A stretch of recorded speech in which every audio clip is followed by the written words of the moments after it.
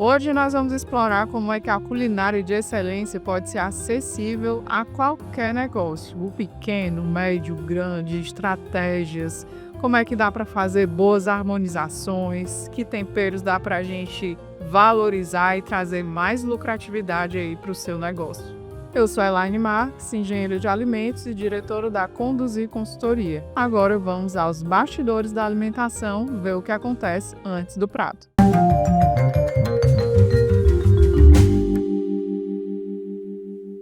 E você aí que tem uma distribuidora de alimentos, ainda manda o seu catálogo em PDF ou então numa planilha de Excel, tá na hora de ter a sua loja virtual, modernizar aí a forma de vender da sua distribuidora. Então entre em contato com a plataforma Meu Fornecedor, que eles vão te ajudar. O nosso convidado de hoje é o chefe Edil Costa, que trocou a carreira executiva pela gastronomia. Nós vamos entender hoje se isso aí foi um chamado ou se foi uma loucura, né? Ele é chefe executivo, sommelier internacional, professor, colunista gastronômico, apresentador do programa Entre Papos e Sabores e curador da pós-graduação em gastronomia da Unifor. Pois então, é. muito obrigada. Eu que agradeço, Elaine, o convite. Sempre um prazer estar aqui falando de gastronomia. Eu amo falar de gastronomia. Então, onde tem gastronomia, eu gosto de estar presente. Que coisa boa. E aí, pra gente entender, eu sei que você não iniciou a carreira lá na televisão, né? Não. Então, conta aí um pouquinho dessa trajetória e o que foi que deu para você sair do mundo executivo e parar na gastronomia. É exatamente o que você falou, é loucura, que eu estava ficando louco lá, eu precisava de algo para mudar a cabeça. Mas vamos lá, televisão é o meu job mais novo, né? Eu tô a segunda temporada da televisão, 2 anos só. Então, de tudo da gastronomia é a minha experiência mais nova. Na realidade, eu tenho uma carreira de executivo, foram 30 anos trabalhando como executivo em grandes empresas, né? E eu pensei há 15 anos atrás em dar uma mudada e comecei a construir esse momento que eu estou hoje. Esse momento que eu estou hoje, muita gente pensa que nasceu ontem, né? Mas não foi. Eu venho construindo ele há 15 anos porque eu imaginava que quando eu chegasse com uma determinada idade, eu queria parar para fazer algo que me desse prazer. Eu trabalhava na empresa como executivo, eu amava o que eu fazia, mas eu queria trabalhar com algo que me desse prazer. E hoje eu estou nessa fase, eu estou numa fase que eu larguei o que eu gostava de fazer, que me dava muito dinheiro, para fazer algo que não me dá tanto dinheiro, mas me dá muito prazer. Ah! Tá vendo? É, porque quem tá no mundo já da gastronomia fica assim, meu Deus, né? Pois é, que doido, né? Mas é mais ou menos isso mesmo. Mas que bom que quando vem assim com prazer, com amor, aí fica mais leve. Né? Não, e foi tudo, de novo, eu me preparei, eu não aconselho ninguém a estar hoje numa coisa e largar tudo e vir amanhã, principalmente se for para gastronomia, que a gastronomia é muito difícil, né? Nada fácil, não tem nada desse glamour que vocês pensam que tem aí, não existe, né? O glamour que os reality show mostram, não tem absolutamente nada daquilo, é muita ralação, mas é uma coisa que quando você ama, você gosta de fazer, ele é muito prazeroso. Perfeito. E aí, falando desse mundo corporativo que você viveu, foram muitos anos, né? Sim. O que é que deu para trazer para dentro da cozinha? Absolutamente tudo. Eu digo hoje que eu sou muito mais um gestor dentro da cozinha do que um chefe, né? Eu acho que o sucesso que o nosso espaço está tendo até hoje, já vai para o 4º ano e graças a Deus muito bem sucedido, ele vem mais da minha experiência como gestor, de como administrar um negócio, como fazer esse negócio ser rentável, como gerir as pessoas que estão lá dentro. Tudo isso eu adquiri como executivo e não como chefe de cozinha. Como chefe de cozinha vale o conhecimento empírico, vale as pesquisas que eu faço, vale os treinamentos, vale as formações que eu tive. Então, enfim, mas a gestão foi o que eu trouxe da administração, o que eu trouxe da parte de executivo. E eu costumo dizer que hoje grandes chefes abrem restaurantes e fecham porque tem um talento imenso, mas falta a parte da gestão. E eu tive a sorte, graças a Deus, de vir com essa parte para dentro do meu negócio. Sim, é legal porque a gente está vendo hoje o mercado, quem está na gastronomia, tendo que fazer o caminho inverso. Isso. Né? Tendo que se profissionalizar, buscar, às vezes, uma consultoria ou fazer curso, se aperfeiçoar para trazer essa gestão mais profissional, porque o mercado está muito acirrado. Muito, e às vezes não dá tempo. Às vezes ele abre o negócio achando que só o prato de comida bem feito, bem elaborado vai dar retorno, mas ele vai, sei lá, de repente trazer muitos clientes para dentro, mas não vai ter rentabilidade. E aí ele volta alguns passos para tentar reaprender ou aprender isso e já é tarde. Sim. Aí fecha o restaurante. Acontece muito isso. E aí eu sei que você também ensina, né? Sim. Que também não é uma tarefa fácil, é para quem gosta. Isso. Então, assim, como é que funciona? Quais são os desafios, né? Por que também o ensinar? Me conta aí um pouquinho. Vamos lá. Eu ainda como executivo, eu comecei a estudar gastronomia, porque eu já gostava de cozinhar, diferente de muitos chefes que dizem, eu tenho uma formação de minha avó que cozinhava e minha mãe cozinhava, não tenho nada disso. Eu comecei a cozinhar por necessidade, foi quando eu vim embora para Fortaleza, muitos anos atrás, nunca cozinhava nada, eu então com 20 anos, e aqui eu me vi na iminência de passar fome se eu não fosse cozinhar para mim, né? Então eu comecei a cozinhar e passei a gostar de cozinhar. E aí depois depois de muitos anos comecei a estudar, me formei em gastronomia, me pós-graduei, fiz mestrado e já comecei a ensinar, fui contratado para ensinar.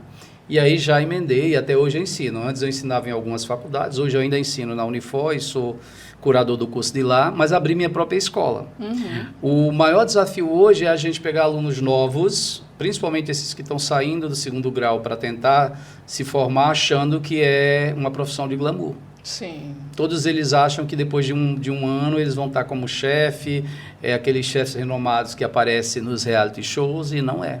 Então muita gente desiste do caminho porque eles veem que não é aquilo que eles pensavam.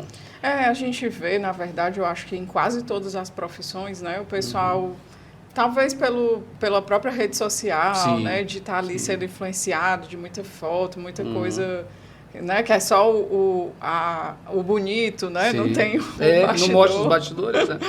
Não mostra para você fazer um jantar à noite, por exemplo, se a gente fosse fazer um jantar hoje à noite, o mise en place, que é o pré-preparo, tem que começar às 8 horas da manhã, 9 horas da manhã, para você poder à noite estar pronto, entendeu? Então, é uma jornada bruta de trabalho, grande, né? Então, é bem complicado. E aí, então, o que dá para você dizer para essas pessoas que estão começando, né? Eu já entendi aí do pedaço de...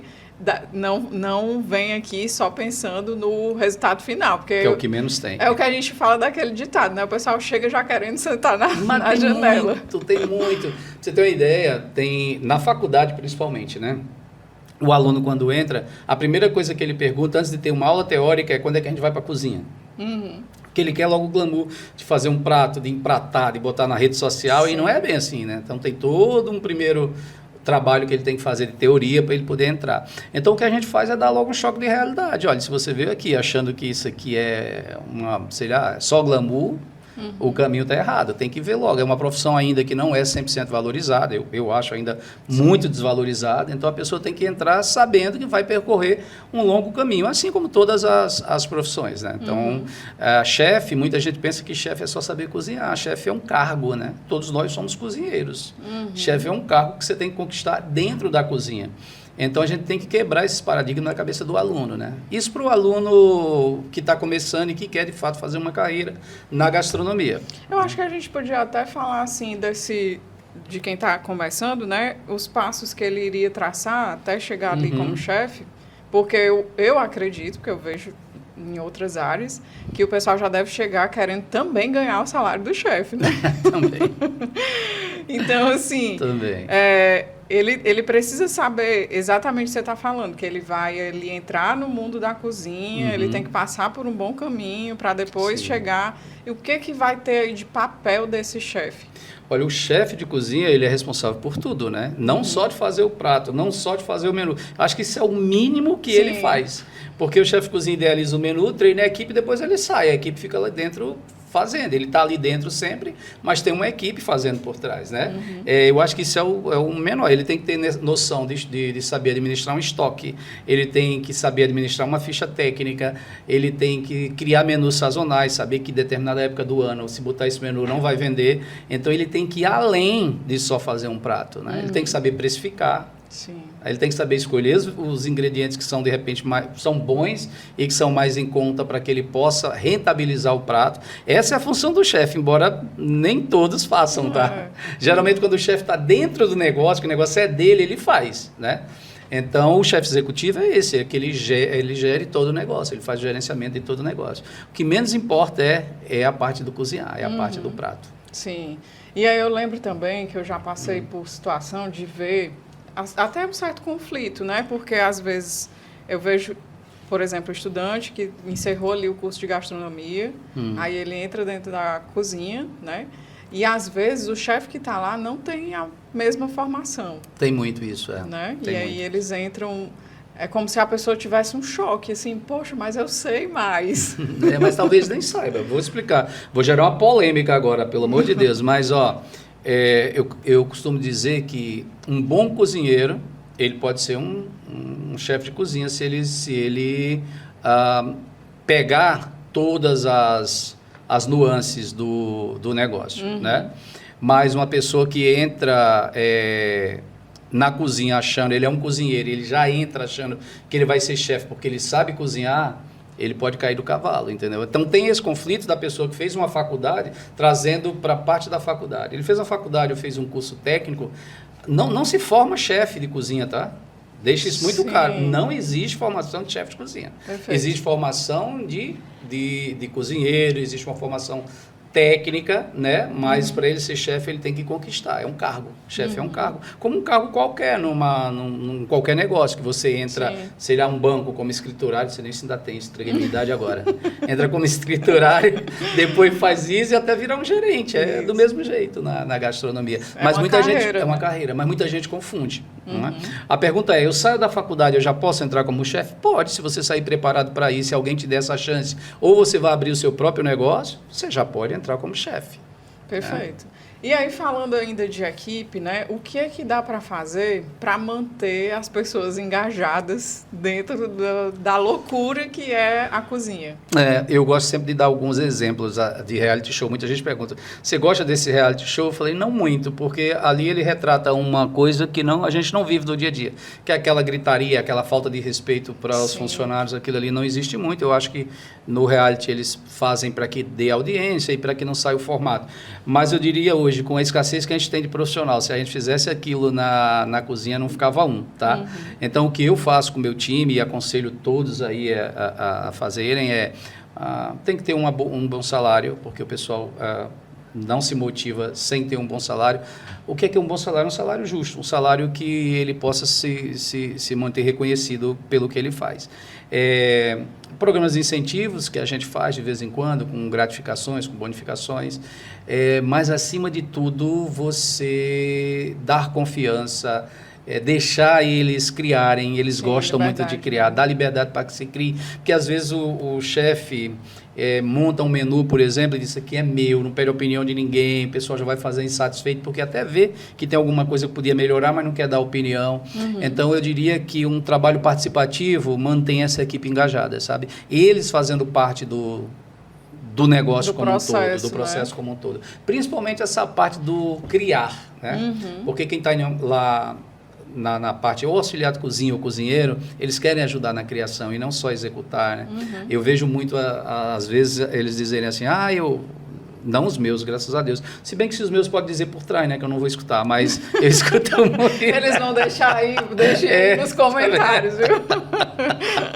Mas pelo menos eu tento, né? Fazer com que todos façam parte do processo criativo. Então, a gente lá no espaço, no meu espaço, a gente tem um trabalho muito em grupo, muito participativo, cada um dá uma opinião. Eu não tenho opinião fixa, formada. Botei uma coisa, troca isso, bota isso, se eu achar legal, a gente troca. E eu acho que falta muito. Eu escuto muita gente dizer, que aquele chefe faz isso aqui está errado, se fizesse desse jeito, então ele já faz ruim. Então, trazendo para um ambiente de gestão, eu diria que é uma gestão participativa. Perfeito. Principalmente na criação. E é muito bacana isso que você está trazendo, porque a gente... É aquela sensação, né? Eu vou ter o meu dedinho ali, isso, né? E aí a pessoa vai se sentindo valorizada, reconhecida, principalmente quando o cliente dá um retorno. Então, né, trazer isso de volta para dentro da cozinha, vai fazendo mais ainda motivar todo mundo a colaborar. E é verdade, porque eles que fazem na realidade, né? Às vezes o chefe faz a ficha, às vezes não, o chefe faz a ficha técnica, faz o menu, desenvolve o menu, pensou no menu, mas quem vai estar no dia a dia é ele, o sabor que vai estar lá, ele que bota, né? Tudo que vai estar lá é quem está na ponta que bota. Então, se fazer reconhecido, fazê-los reconhecido é muito importante. Eu, por exemplo, em todos os cursos, eu apresento toda a minha equipe. Eu digo quem eles são, eu digo qual é a formação que eles têm, eu digo qual a importância deles naquele curso específico, o que é que eles vão fazer durante a noite, no final chamo todo mundo, peço palmas para eles, porque na realidade quem faz são eles, a gente está ali só para ganhar o mérito. Óbvio, a gente tem toda a base que a gente preparou, que fez, mas no dia a dia é a equipe que faz. Sozinho a gente não faz nada. Nunca. E aí, trazendo um pouco para a realidade das pequenas cozinhas, se a gente for pensar assim, dá para ter, né, ali, vamos dizer, sem aquela cozinha de capa de revista e sem um chefe famoso, dá para ter um restaurante que torne atrativo para o cliente? Sim, dá. Eu acho que a comida não está nos equipamentos que tem lá dentro, né? Está na mão de quem está fazendo. Sim. Eu acho que dá sim para fazer, dá para. Eu fiz uma consultoria para um restaurante uma vez que a cozinha não dava, eu acho que dava uns 1,5 metro, 2 metros, pequenininha, só cabia um fogão por indução.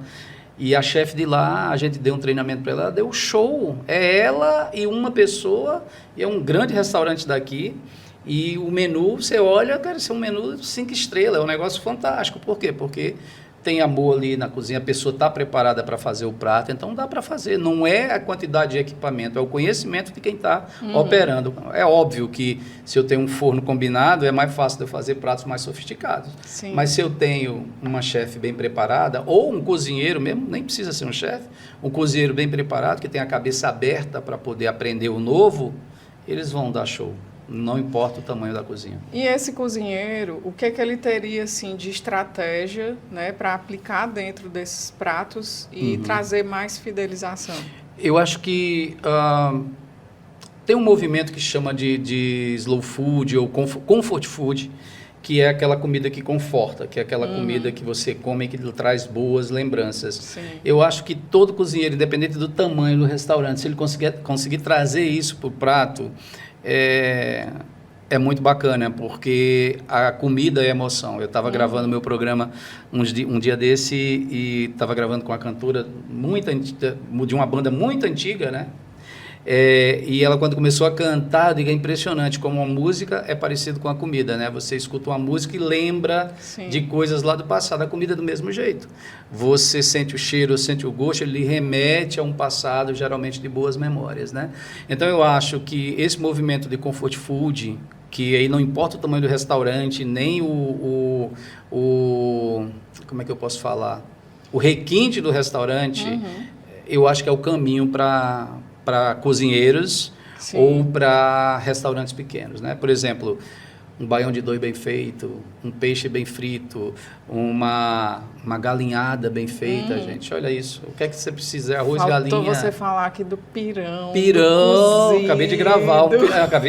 Anteontem eu gravei um pirão, um cozido, né? De músculo com pirão. Olha só a coincidência. Eu lembro que às vezes eu vou visitar cliente em Tianguá e tem uma senhorinha que ela tem um restaurante bem simplesinho. Lá, mas é lindo porque ela bota nas panelinhas assim que você quase se espelha, né? Bem simples, mas o pirão e o cozido, eu não posso passar, passo em Tianguá, tem que passar lá, né? Não precisa, eu fico pensando assim, eu chamo até o brinco, é o raio da gourmetização, não precisa disso. Você precisa ter uma comida bem feita, os insumos bons, uma cozinha limpa, eu acho que é entregar o simples bem feito, o óbvio bem feito. Eu acho que esse é o caminho, né? Então, eu diria que num restaurante que eu não tenho um chefe, ou seja, eu não tenho alguém que esteja em cima dando as ordens ou que foi capacitado para fazer aquilo e que tem um cozinheiro que tem o conhecimento empírico, que sabe fazer muito bem, o conselho que eu dou é tenta se aperfeiçoar, tenta estar todo o tempo estudando o que é que tem, né, de novo, essa técnica que eu já boto aqui, eu consigo melhorar, que dessa forma eles vão trazendo mais qualidade para o prato. E até dá para precificar melhor, né? E a gente está vendo também uma tendência de uso de ingredientes mais regionais, né? Como é que isso pode ser aproveitado melhor dentro dos restaurantes? Eu já acho que está sendo bem aproveitado. Se você olhar, qualquer restaurante que você vai, você já tem um toquezinho um ali, toque né? de regionalidade, né? Óbvio que tem uns que ele é totalmente focado na regionalidade, né? Sim. Tem outros que tem cozinha, tem fusões de cozinha, né? Eu pego um risoto, que é com arroz arbóreo italiano, mas eu coloco uma carne de sol e um queijo coalho, que é regional. Então eu acho que sempre que possível, se a gente conseguir colocar essas pitadas de regionalidade, dá certo. E explicar isso, e comunicar isso, que isso tem que estar sendo feito com esse propósito. Por exemplo, as primeiras aulas que eu dei como professor foi de cozinha europeia. Então eu acabei me especializando em cozinha europeia. Só que na ementa estava cozinha europeia contemporânea. Quando eu li o contemporâneo, eu falei, opa, aqui vai dar para eu botar minhas origens, né? Então eu vou buscar as minhas origens, né? Que é do interior, o que é que se tinha, o que é que eu comia naquele tempo. Aí eu comia farofa, eu comia, tinha manteiga da terra, tinha queijo coalho, tinha galinha, tinha pato, tinha guiné, o que é que eu boto dentro dessa cozinha? Então eu acabei me especializando nisso. Hoje eu sou especialista em cozinha europeia com toques regionais, né? Eu fui convidado para ir para um festival de gastronomia, eu fui como convidado para fazer uma oficina e o prefeito me falou, olha, você precisa fazer, eu queria que você fizesse mais ou menos o que eu vejo nas suas redes sociais, um prato sofisticado, mas o ingrediente tem que ser local, tem que ser meu aqui, era de uma serra daqui perto. E aí eu comecei a estudar, eu vi que eles tinham galinha caipira. E eu falei, qual é um prato que não falta no interior? É a galinhada, né? Mas se eu fizer uma galinhada, é uma galinhada, eles já fazem lá. Então eu fiz um risoto de galinha caipira. E foi um sucesso nesse festival, esse risoto de galinha caipira que eu faço até hoje. Então, assim, esse uso de insumo, ele tem um apelo muito grande, porque ele também bate no emocional das pessoas, Sim, né? exatamente. Eu estou comendo um prato cheio de frufru, que é lá da Itália, mas tem uma coisa minha aqui. Eu estou pegando um prato da França, mas tem uma coisa nossa aqui. Um dia desse eu fiz um steak tartare de carne de sol. Que legal. Né? Então, é nosso steak tartare da França e a carne de sol nossa. Então, sempre tem possibilidade de você colocar pitadas regionais. A menos que você seja um restaurante 100% regional. Aí é tudo regional. Aí o conselho que eu já dou, se for um restaurante com pegadas regional, se for só regional, pelo amor de Deus, tire essa gourmetização. Não precisa botar nada de fora, faz só regional que vai dar certo. Sim, porque a pessoa já vai nessa expectativa, né? Exato. E é muito legal isso, porque o cliente também hoje, eu acho que o consumidor em geral, ele quer experimentar, né, coisas novas. Então, ali está, às vezes, o cardápio bem tradicional e você vê, de repente, uma sobremesa com rapadura, né? Não a rapadura em si, mas ou uma bebida. E aí você vai fazendo aquele mix, né? E o cliente vai vou me permitir aqui experimentar. Gera curiosidade, né? Gera curiosidade, gera vontade. E é isso que a gastronomia proporciona, é isso que você precisa proporcionar na gastronomia. Porque o primeiro contato que a pessoa tem é com o cardápio. Se tiver uma foto, ok, ele vê ali, pode gerar desejo, né?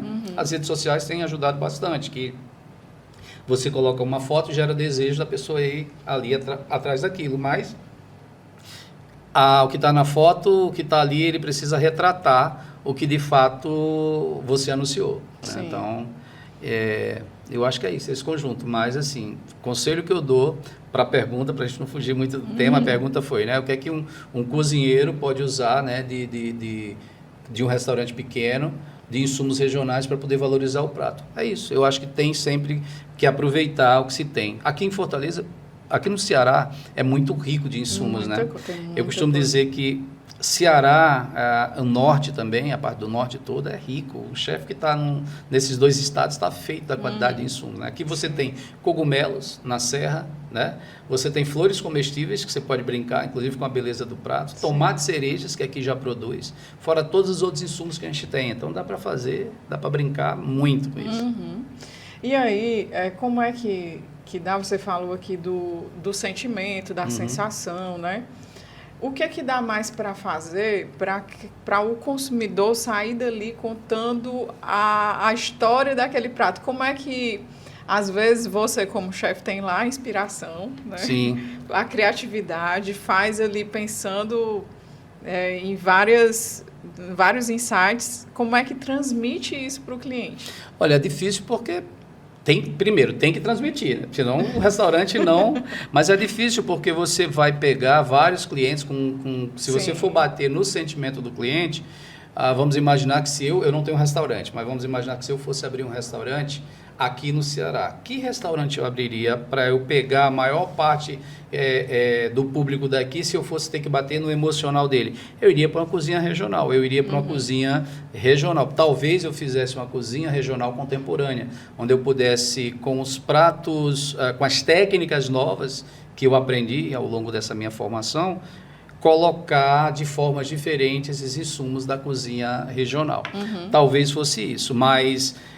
quando você combina os sabores corretos, quando você faz as combinações perfeitas, combinações clássicas, que já são conhecidas e que agrada muita gente, a possibilidade de errar é menor. Sim. É menor.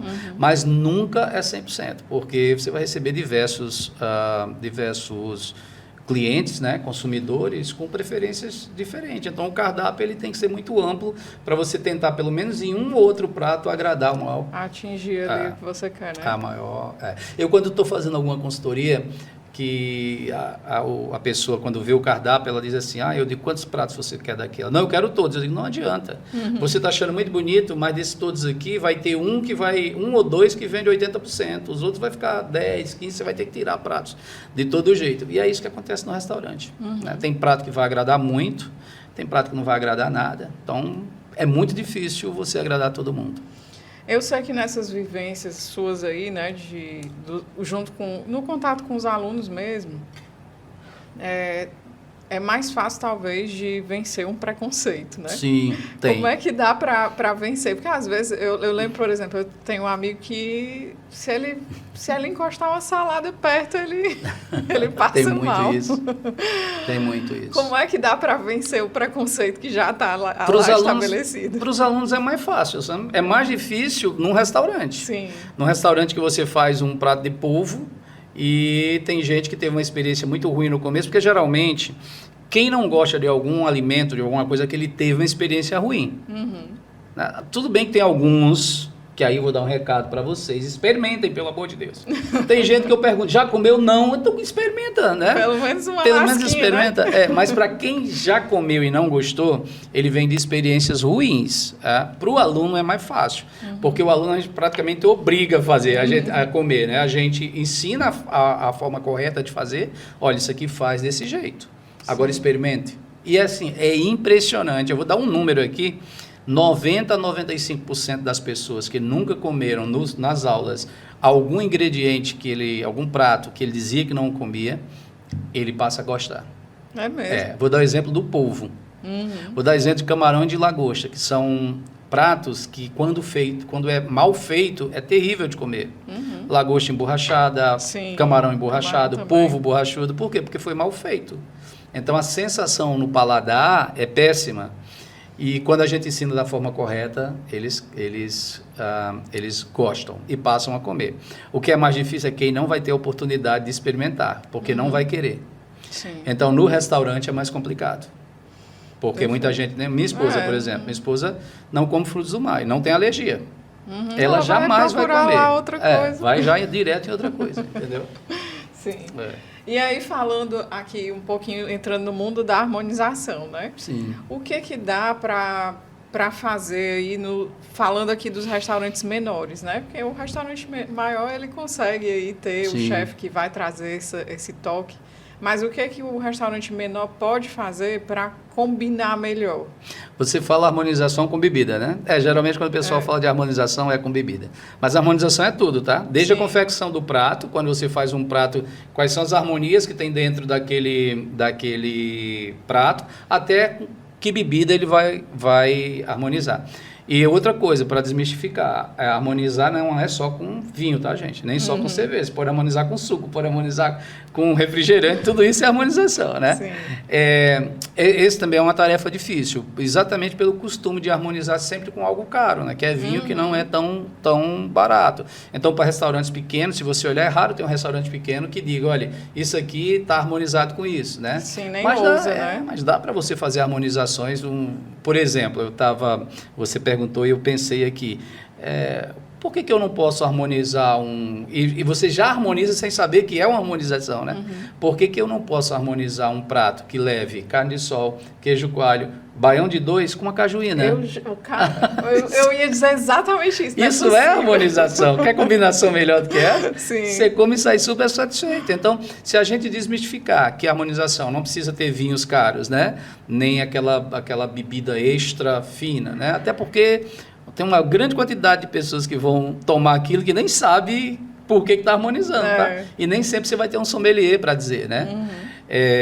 Mas eu diria que se você harmoniza, se faz essas combinações que eu citei aqui como exemplo, né? Bem feita no prato, que aí já está um prato perfeito, né? Um prato harmonizado, né? Porque a gente que come, gente, eu não, porque já estou estudando isso, mas quem não conhece, que come, como é comida boa, diz, essa comida foi boa. Ou então, como uma comida ruim, não, essa comida é ruim, é porque ela não harmonizou quando ela está ruim. Ela mesma ali, ela já não harmonizou. Posso dar um exemplo? Pode. Quanto mais exemplo aqui, melhor, porque aí as pessoas vão pensando, nossa, como é que eu nunca pensei nisso antes, né? Eu vou dar um exemplo. Para você fazer uma carne gordurosa, por exemplo, você vai ter que ter um molho cítrico. Porque tanto no vinho como na comida, o cítrico que seca a sua boca, né, que seca a boca, ele umedece com a comida. Então, se você pega uma comida gordurosa, tem muita gordura, que sua boca fica umedecida, se você tiver algo cítrico na composição, ele harmoniza. Uma coisa neutraliza a outra. Né? Tá? Você vai fazer um prato com fígado, que é uma coisa bem amargo, e bota um molho cítrico, que é o exemplo que eu dei agora, não vai dar certo. Cítrico com amargo vai brigar. Você vai comer, vai dizer, esse prato é horrível, mas você não sabe por que é, mas o prato é horrível. Mas se você pega e bota uma nota doce, por exemplo, em cima desse fígado bota uma geleia, vai melhorar, porque você tem um amargo e um doce, eles se complementam. Então, na confecção do prato, ele precisa ser feito desse jeito. E na bebida, do mesmo jeito. Entendi. Ele precisa harmonizar. Mas, voltando à pergunta, assim, restaurantes pequenos, a dica que eu dou não precisa ser vinho para harmonizar. Pode harmonizar com suco, pode harmonizar com... Vou dar um exemplo. Você tem um prato de picanha, sei lá, picanha fatiada com baião de 2, né? Coloca um suco de laranja. Sim, um abacaxi. Um abacaxi, são frutas cítricas que vai harmonizar com a gordura. Tá? Perfeito.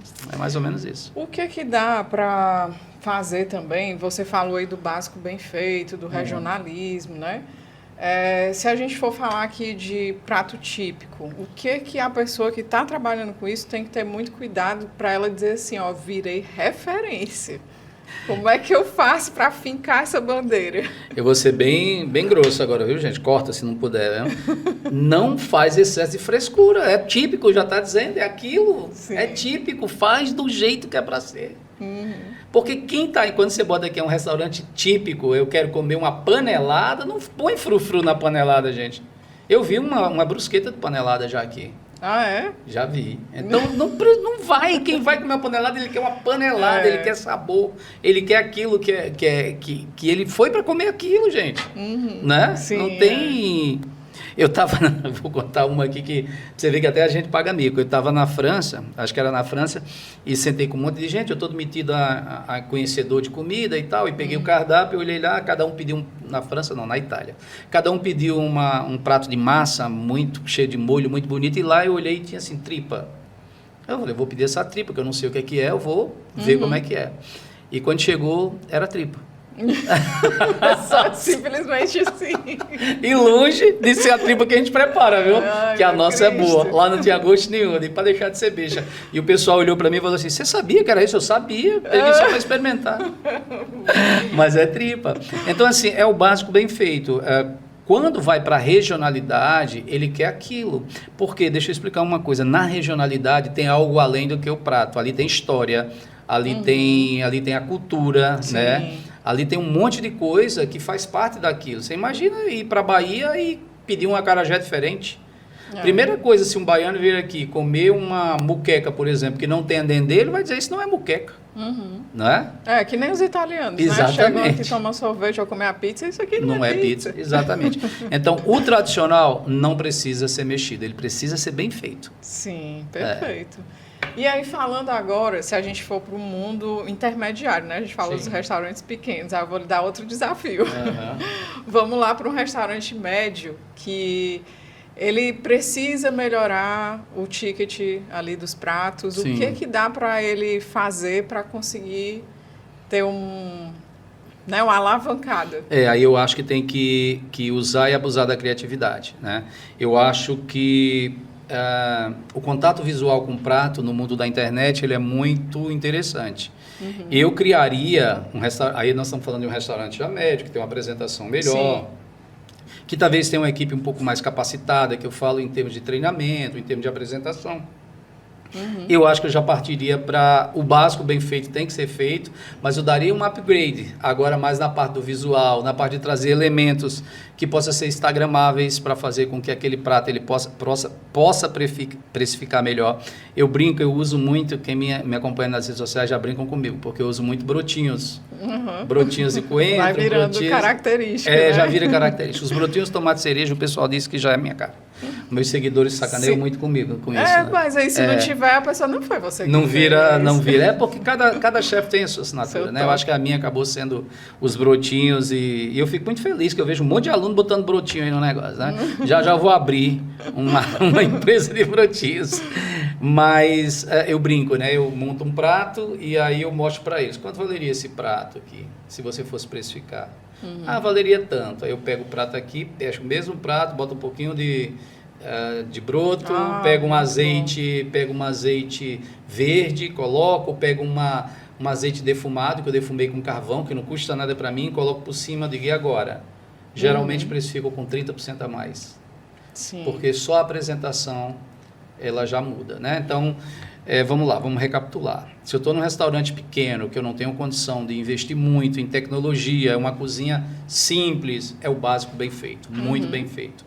Se eu estou num médio, que eu já posso investir um pouquinho mais numa cozinha, que eu já posso investir um pouco mais de tecnologia, eu posso brincar com a parte da apresentação, com o plate que nós chamamos. Às vezes até o prato mesmo. O prato é o plate, é tudo, é a apresentação. O prato, no lugar de botar um prato normal, botar uma cerâmica, né? No lugar de botar uma porcelana mais bonita. Então você já consegue criar, e tudo isso faz com que você precifique melhor o seu prato. Né? Essa brincadeira que eu dei do brotinho é verdade. O brotinho, ele valoriza muito o prato, né? Se você puder, use e abuse da apresentação, porque ali vai virar uma foto, daquela foto vai para uma rede social, e alguém que postou vai fazer uma propaganda, alguém que comeu e te pagou para comer vai fazer uma propaganda de graça sua. Sim. Né? Eu li recente um livro que é Hospitalidade Racional. Esse livro é fantástico, super recomendo. E ele fala, né, ele tem um restaurante que conseguiu destaque em Nova York, e ele fala assim, é um restaurante de alto nível, né? Mas é legal porque quando você vai vendo o que o de alto nível está fazendo, aí você vai se espelhando e subindo a régua, né? Sim. E é muito bacana como ele vai tratando assim de pegar a equipe e meio que dar líderes, né? Para aquelas tarefas que são importantes.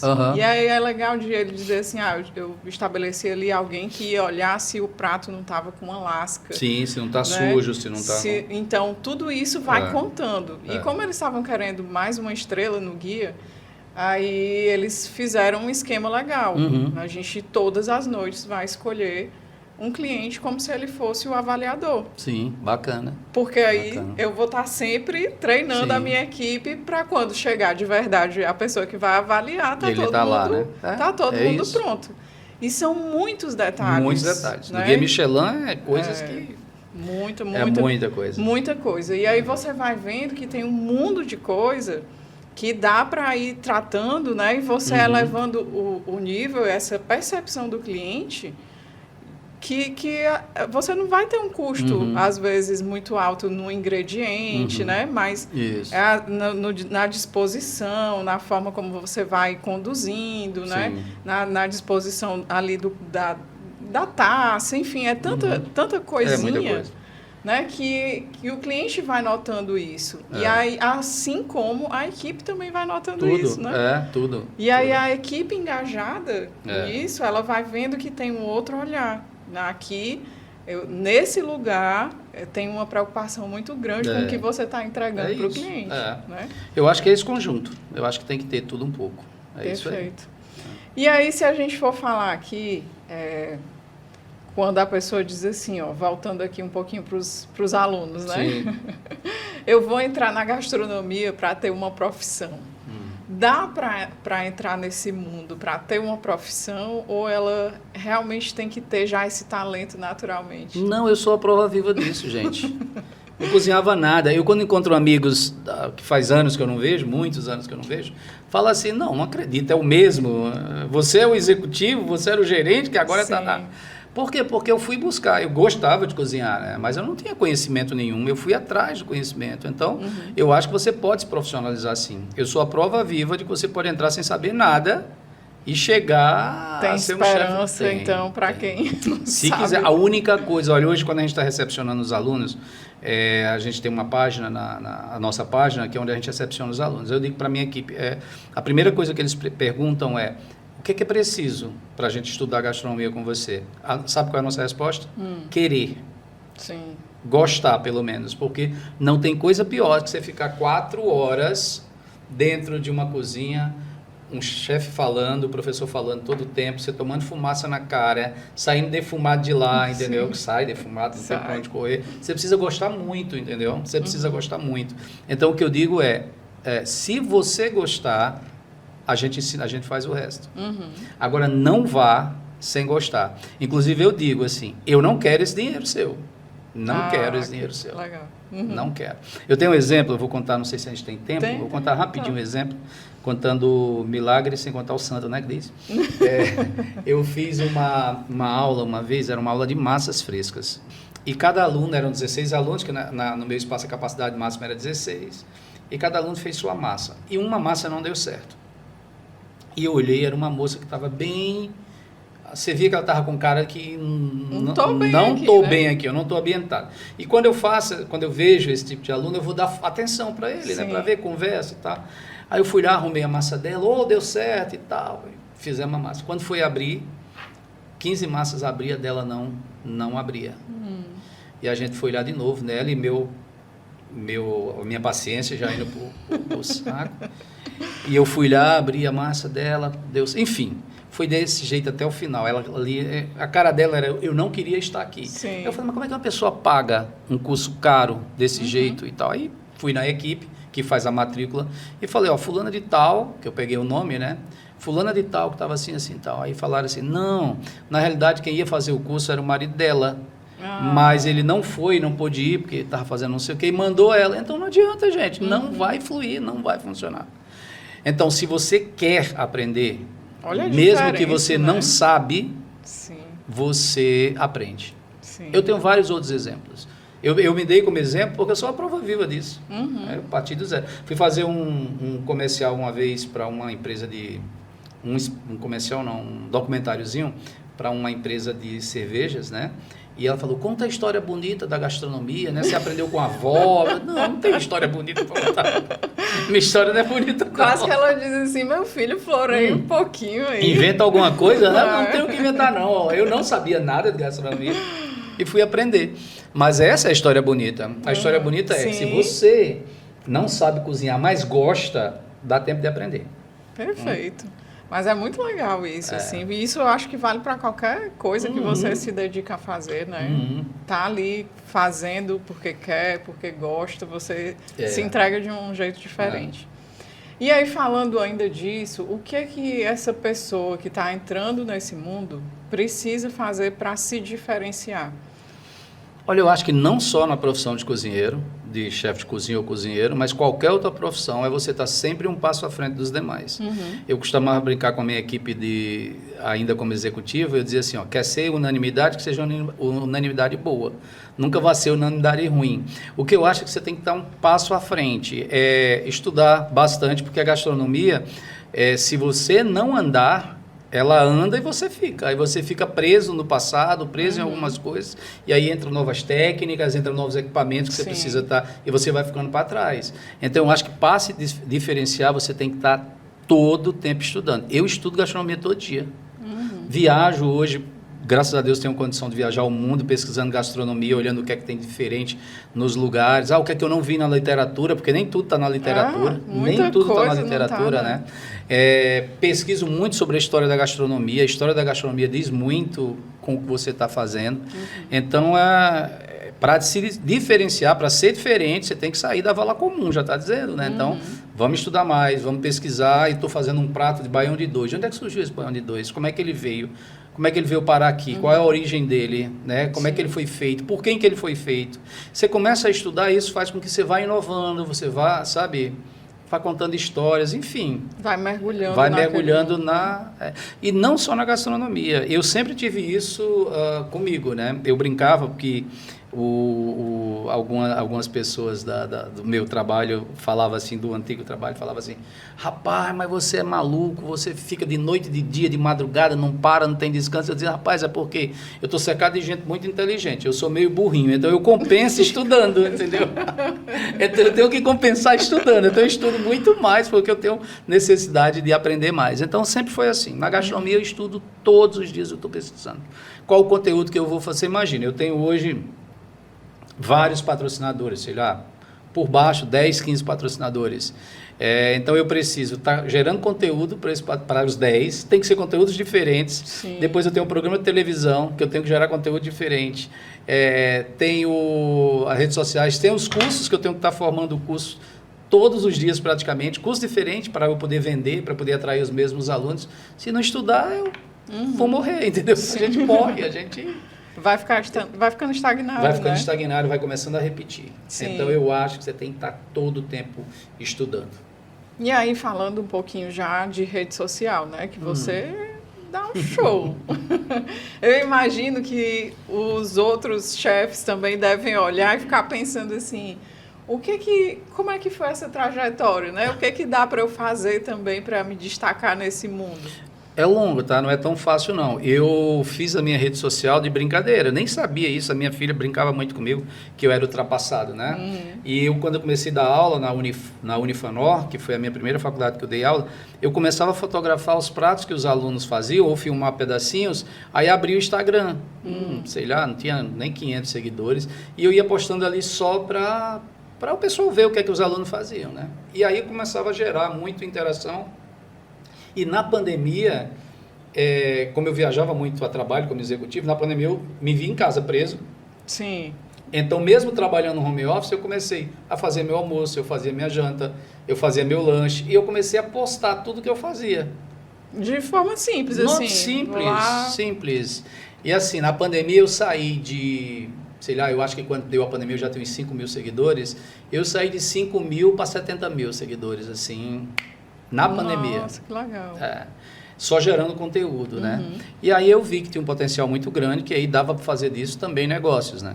Dava para fazer também negócios. E aí eu comecei a investir que eu falo em conteúdo nas redes sociais. Hoje a gente está com 230, eu acho, 230 e poucos mil seguidores. E um engajamento muito alto. Eu digo que são amigos, eu nem gosto de chamar esse negócio de seguidor, parece seita, né? Não tem... a gente faz amizade, a gente conversa com gente lá que, parece que você conhece há séculos e você nunca viu. Né? Eu tenho a sorte, a gente tem a sorte que na gastronomia tem pouco haters, viu? Não tem muito, né? Parece que o pessoal ali dizendo: estou com tanta fome para comer o que você está fazendo que eu não vou sacanear. Mas eu acho também que a pessoa vai lá fazer, né? Às vezes o prato, se ela errar, ela sabe que provavelmente foi o dedinho dela que não...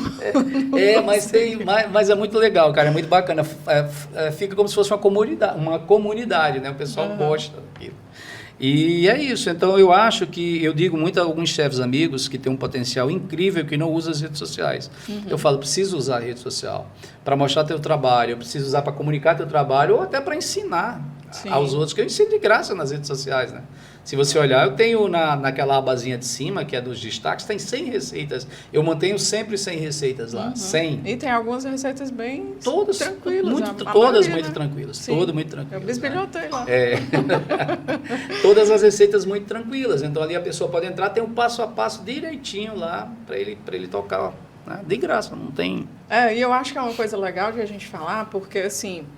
tem o chefe glamouroso que está lá, né? Eu acho que você não está assim... tem muita gente lá te seguindo, mas a gente não vê que foi aquele cara que ganhou o programa, entende assim? Sim, sim. Que foi vindo naturalmente e eu acho que traz mais aproximação de quem está ali na Muito. rotina, né? E, ao mesmo tempo, pode trazer um medo para quem está no dia a dia, porque é cansativo também. É muito cansativo. É cansativo para o chefe, que já Sim. tem tanta coisa para lidar, né? Que sai da cozinha já esgotado. Sim, sim. E aí tem mais essa missão. E a gente trazer esse equilíbrio aí, né? De que isso que você falou, ele vai colocar ali, não talvez todos os dias, toda hora. Não, não precisa. Mas serve como um portfólio. Mas o que é que eu posso falar? Se você não pode sair da sua cozinha, filma um pouco do que você está fazendo. Mostra um pouco do seu dia a dia. Tem uma mulher que ela até ganhou o Big Brother, que ela faz isso muito bem. Eu acho que o nome dela é Daisy Paparoto.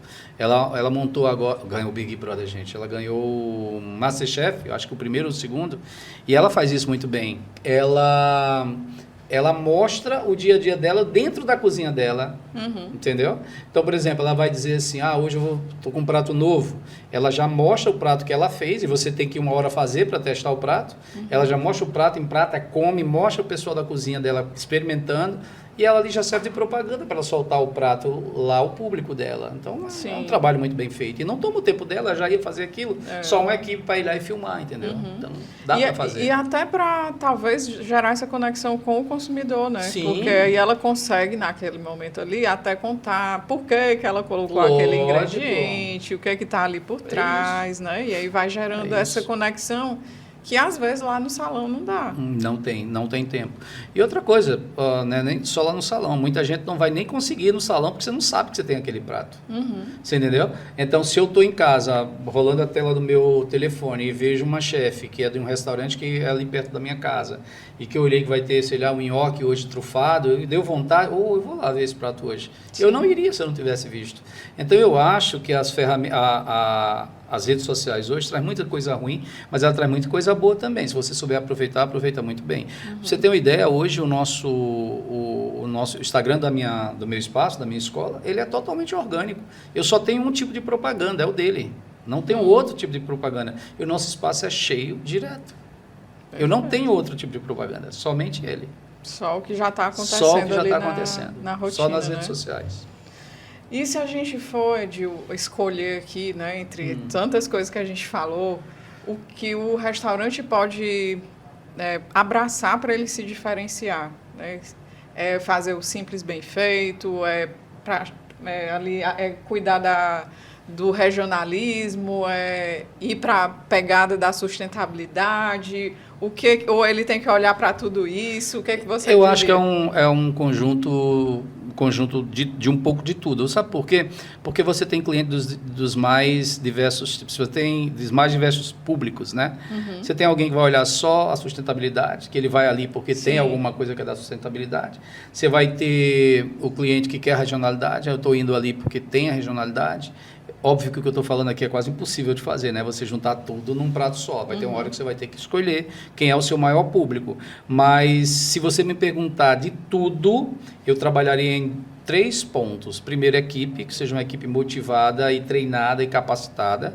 Eu iria no básico bem feito, seja qual for a cozinha.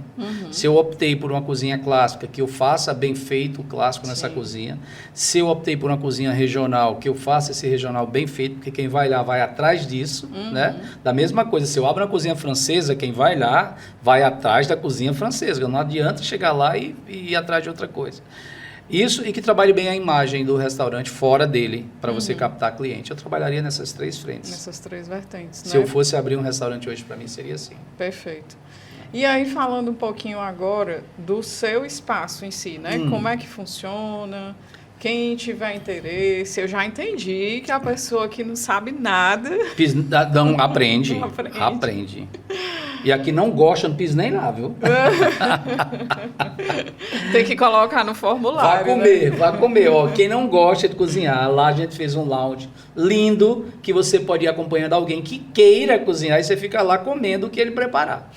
Eu vou fazer esse convite pro marido, ó, tu vai cozinhar, eu vou ficar lá. É isso. Mas deixa eu explicar. Há uns anos atrás, quando eu idealizei esse espaço, que eu escrevia ele num papel mesmo de caneta, eu dizia, quando eu tiver um espaço de gastronomia, ele precisa ter algumas frentes. Ele não vai ser um restaurante, mas ele vai ser um restaurante. Ele não vai ser uma escola, mas ele vai ser uma escola. Ele não vai ser um ambiente que eu... Não só, né? Não só. Então, eu abri várias frentes. Então, o nosso espaço, ele é, sim, uma escola de gastronomia, que eu atendo quem quer se formar em cozinheiro ou que quer ter um treinamento para um dia ser um chefe de cozinha. Então, eu pego gente que faz isso. Eu pego cozinha por hobby, aquele que gosta de receber em casa, mas não tem tanta prática e quer se aperfeiçoar para poder receber em casa. A gente tem curso por hobby, tem curso de formação. Não é um restaurante, mas é um restaurante. Por quê? Porque eu faço evento privado. Se você tem um grupo de amigos e diz assim, eu quero que o Edil, ou qualquer chefe lá do espaço do Edil, faça um curso, um menu para mim, sei lá, um menu regional, mas que seja um regional com frufru, a gente faz, né? Só não é aberto ao público, eu faço para grupos fechados. Tá? Já está quantas pessoas? Até 30. Hoje, no espaço novo, 30, 40 pessoas, tranquilo. Né? O antigo não, o antigo a gente botava 20, já ficava um pouquinho desconfortável. A gente sentiu a necessidade de fazer. Mas eu tenho uma coisa que eu digo, eu já disse em vários podcasts, eu estou louco que alguém conteste para eu saber, porque eu já pesquisei e vi que não tinha. Se alguém contestar, até para eu ver como é que o outro faz, né? Eu trouxe uma coisa para o espaço, que foi a quarta vertente, quinto pilar que eu abri, que eu faço dinâmicas corporativas. Eu peguei a minha experiência como gestor de pessoas e trouxe para a cozinha. Então, eu uso a cozinha, eu uso a gastronomia para promover team building. Então, as empresas mandam os executivos e ela me diz quais são as frentes, as ferramentas que ela quer trabalhar, quais são as frentes que ela quer trabalhar. Competitividade, gestão de resultados, vendas, e eu monto uma dinâmica usando a cozinha como pano de fundo. Né? Agora tu me deu uma ideia. Toda vez que eu falo isso, o pessoal tem ideia. Porque eu acho que os chefes que são clientes nossos vão gostar dessa ideia. Eu vou levar a minha equipe todinha. Aí elas vão cozinhar. Enquanto isso, aí a gente vai ter uma outra parte ali fazendo auditoria. Para sentir o inverso, né? Porque é uma coisa que a gente trabalha muito, é essa percepção, sabe? De que o nosso trabalho, né, muito ali do controle sanitário e tudo, e a cozinha tá ali na loucura dela, às vezes gera esse embate, né? Então, a gente precisa ir trabalhando também o nosso lado para ter esse controle, assim, de saber o momento de falar, de saber que tem coisa ali que naquele momento realmente não tem como acontecer, porque tá ali na loucura do movimento, então tem que ter esse bom senso, né? E eu acho que é legal. É muito legal. Sentir na pele, tá ali, todo mundo tendo que construir, ainda vou botar o time, assim, mas olha, tem que lá, entregar. É assim mesmo. Só para você ter uma ideia, a gente faz algumas coisas, eu vou dar um spoilerzinho pequeno, mas eu vou mudando, né? Nunca é a mesma coisa. Sim. Quando o RH me passa para a minha equipe quais são as ferramentas, quais são os pilares que eles querem trabalhar, geralmente vem trabalho em equipe. Né? Sempre vem trabalho em equipe. E eu boto na dinâmica um pedaço que é assim, eu faço, eles têm cada um construir um pedaço do menu para no final sair um menu de um restaurante 5 estrelas. Só que cada equipe constrói um pedaço. Entendi. E eu, propositalmente, a gente deixa faltando alguns ingredientes em uma na mesa. Que eles só vão conseguir se eles tiverem uma boa comunicação entre as mesas. Né? Entendi. Então, a gente brifa no começo. No começo a gente diz, olha, tudo que vocês vão precisar está aqui. Tudo está aqui. Aí eles pegam as receitas e vão olhando o que vai precisar e o que não vai. Então, aí gera negociação, gera integração. E eu dou tempo. E eu digo, eu tenho uma tarefa para a bancada 1 que ele pode terminar em 20 minutos. A tarefa da bancada 4 pode terminar em 1 hora. E eu dou um prazo de 1 hora. Então, eu fico vendo se a bancada 1 que terminou antes vai lá ajudar o outro. E é legal porque é impressionante. Quando termina, o gestor de RH me diz, é impressionante. O que ele foi aqui é o que ele é lá no trabalho. Tanto positivo como negativo. É interessantíssimo. Então, eu estava brincando que esse é um modelo inédito nosso. Sim, e é porque tem realmente muitos parecidos onde o pessoal vai lá só cozinhar com o chefe. Isso eu tenho também. O cara leva os convidados da empresa e vai só cozinhar. Mas o nosso, ele vai além, ele não é só cozinhar, a gente dá uma mensagem. né? Sim. Eu costumo dizer que é melhor com a gente do que pegar coach, porque coach cobra, você ainda vai comprar janta, ainda vai comprar lá, você já sai tudo, né? Você já sai com a dinâmica e já sai com o prato pronto. Sim, Já tá eu pronto, acho que né? a melhor forma de aprender é quando você está colocando em prática, né? Do que você tá só ouvindo ali na teoria, e é uma forma de você praticar. Eu gosto muito de fazer essa dinâmica, porque eu volto um pouco ao que eu era antes, né? Que é o executivo. Acaba, embora eu seja ali um mediador, mas eu fico muito eufórico quando eu vejo o RH que entra, porque o RH fica observando tudo e depois vai dar o feedback, vai fazer um paralelo com o dia a dia de trabalho. Eu fico vendo o que eu vivi 30 anos, né? Então é muito bacana. Eu sou apaixonado por fazer isso. E hoje isso ocupa uma grande parte do tempo do nosso espaço, né? Não, é uma sacada Muita muito coisa. boa. E a gente tem grandes clientes, viu? Até para fora do Brasil, nós já fizemos. Nós já fizemos para 3 eólicas de fora do Brasil que trouxeram executivos daqui da América do Sul. A gente teve que fazer em inglês, foi bem legal. Muito bem legal. massa, muito bom mesmo. E aí a consultoria? Ainda faz? Tem tempo? A consultoria que você fala da gastronomia? Sim. Da gastronomia, sim. É uma coisa que a gente começou a fazer da gastronomia agora, né? Eu não fazia antes por conta de tempo, né? Porque até o ano passado eu ainda tinha um pouco de executivo, né? Eu estava numa outra empresa que eu era sócio, ainda sou lá, mas eu estava ativo dentro da empresa, né, trabalhando lá. Então não dava tempo. Então do ano passado para cá que a gente começou a fazer consultoria. Mas não sou só eu monto a consultoria, mas eu tenho um grupo que vai e que faz, né? Mas a gente faz sim também. Mas aí consegue ajudar assim a elaborar cardápio? Tudo. A treinar a equipe? Absolutamente tudo. Elabora cardápio, treina a equipe. Se tiver do zero, assim, eu não tenho um restaurante, do zero a gente ajuda até na construção, onde fica a cozinha, onde é que vai ficar legal. É tudo. Qual é o equipamento que vai precisar. Muito é bem bom. completo. Perfeito, é bem completo. Então é isso. Você achava que tinha pouca coisa para fazer depois de ser executivo? Tem não, Tem viu? não, Olha a quantidade de coisa. Mas deixa eu falar um pouquinho de uma coisa que a gente esqueceu. Eu já ia te perguntar isso. Se tem alguma coisa aqui que a gente deixou passar. Deixou. Meu filho mais novo, né? Que é a minha TV, meu programa de TV. Sim, posso falar? Sim, claro. Pode falar. Vamos fazer um convite, pessoal. Sim. Bom, então eu queria deixar um convite para você que gosta de gastronomia. Tá lançando agora... Já está rolando a 2ª temporada do Entre Papos e Sabores, que é um programa que eu apresento na TV Cidade, que é a Record aqui.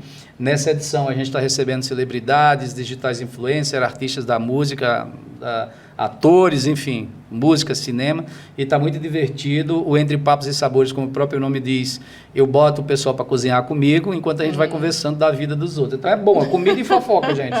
É uma delícia esse programa. Então já está rolando todo sábado, 1h30 da tarde, na TV Cidade. Fica de olho, que está bem bacana o programa. Eu vou aproveitar para entrar nesse mundo aí, né? Como é que é essa experiência, assim...